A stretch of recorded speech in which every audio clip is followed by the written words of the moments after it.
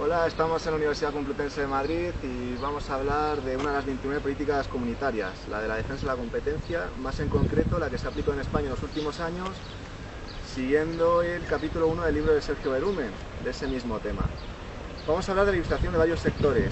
Sector eléctrico, para ello mi amigo y compañero de reparto Javier García Juzgado ha ido a las oficinas de Endesa, también ha ido a más sitios, ahora comentaré cuáles. Vamos a hablar también del sector de distribución de productos petrolíferos, Javi va a CEPSA, y también del sector de transporte ferroviario.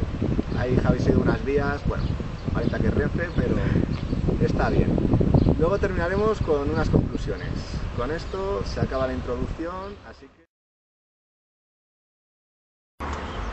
Estamos en una de las vías de Renfe y vamos a hablar sobre el sector de transporte de mercancías por ferrocarril. No, lo primero de todo es decir que por normativa comunitaria la antigua Renfe se dividió en Adif, que controla las vías y los terminales, y en Renfe Operadora, que controla el material rodante. Posteriormente, en 2006, el sector se liberalizó, pero realmente no se fomentó la competencia como se pretendía en un momento. ¿Por qué? Porque Renfe es una empresa pública.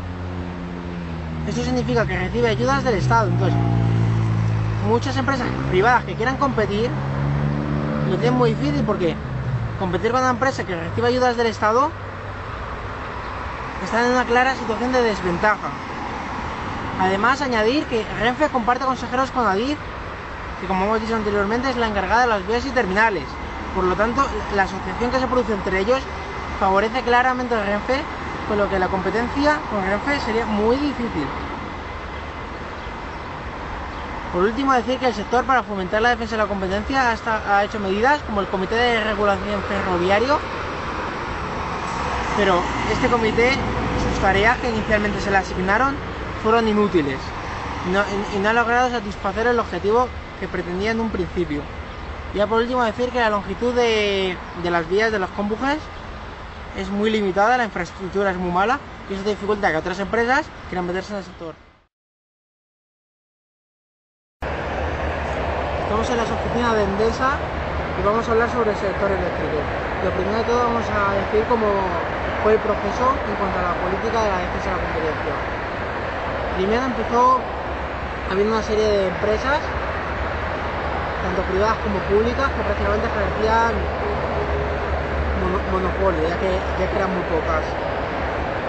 Posteriormente, en 1997 se liberalizó dicho sector y tanto las empresas Sevilla como CEPSA fueron compradas en su totalidad por Endesa, que aunque el sector se haya liberalizado, realmente seguía ejerciendo el monopolio.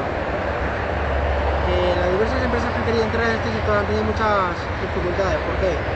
Primero, porque es un sector red. ¿Qué significa? Que la red es muy importante, que ya tenga mucha gente. Al tener poca gente es muy difícil meterse ahí. Ocurre igual que en el sector de las telecomunicaciones. Segunda barrera de entrada, las licencias. Para estar en el sector eléctrico tienes que tener una licencia y es un proceso muy costoso, que lo que hace que muchas empresas se retiren en la puja por formar parte de dicho sector. Y por último, ayudas estatales que en ciertos momentos han potenciado que Endesa sea un campeón nacional de España. Así pues, el sector es prácticamente dirigido por Endesa. Destacar que ha habido algún intento de gobierno para acabar con este monopolio y fomentar la defensa de la competencia, como puede ser una moratoria, según la cual Endesa no podía establecer más estaciones de servicio en ciertos lugares, pero este proceso no ha dado resultado. Así pues, hoy nos encontramos que todo el sector eléctrico está regulado por Endesa, que ejerce monopolio, y la política de la competencia no se ha cumplido en este sector. Vamos a la oficina de CEPSA, vamos a hablar sobre el sector de la distribución y comercialización de los productos petrolíferos. Empezamos diciendo que antes de nada, antes de la liberalización, todo estaba en manos de CAMSA, era un único monopolio. Posteriormente las empresas privadas dieron lugar a Repsol y más tarde estuvo la liberación de 1993, en la cual realmente no fue una liberación porque el gobierno hizo que tanto a FEPSA, que lo veis, como a Repsol le correspondieran más estaciones de servicio. Por lo tanto se puede hablar de que forman un oligopolio entre las dos, y esto hizo que el sector esté liberalizado, pero de cara a la competencia sea muy difícil meterse en mucho sector. Posteriormente el gobierno intentó hacer una serie de medidas para hacer que haya más competencia y primero hicieron una moratoria de 5 años para Repsol y 3 para CESA, en la cual no podían prolongar sus estaciones y demás, para hacer que las demás empresas que quisieran participar en el sector pudieran hacerlo como han estado haciendo. También es que una medida polémica fue que el nombre de CAMSA fue dado por Repsol, y eso dio lugar, como he dicho al principio, que mucha gente la asimilara y mucha gente quisiera comprar en esa marca debido al nombre. Eso va en contra de la competencia. Y ahora por último decir que la propia CESA y Repsol hicieron contratos largos con estaciones de servicio que dieron lugar a